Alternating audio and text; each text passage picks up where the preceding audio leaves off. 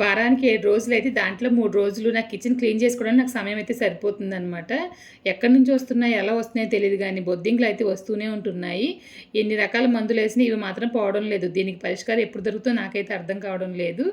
ఇదైతే ఈరోజు mini vlog అండి. మార్నింగ్ బ్రేక్‌ఫాస్ట్, లంచ్ ప్రిపేర్ చేస్తూనే కిచెన్‌కి అయితే క్లీన్ చేస్తున్నాననమాట.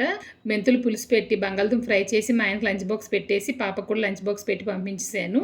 పాపకు మాత్రం మా అబ్బాయి తీసుకెళ్ళాడు మధ్యాహ్నంగాన. నేనైతే కొంచెం అన్నం తినేసి, కిచెన్ అంతా క్లీన్ చేసేసి, స్టవ్ క్లీన్ చేసేసి, ఉన్న సామానంతా తోమేసాననమాట.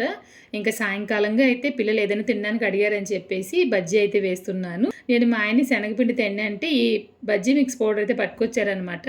నేను ఫస్ట్ టైం ట్రై చేశాను. బాగానే వచ్చింది. టేస్ట్ అయితే చాలా చాలా బాగుంది.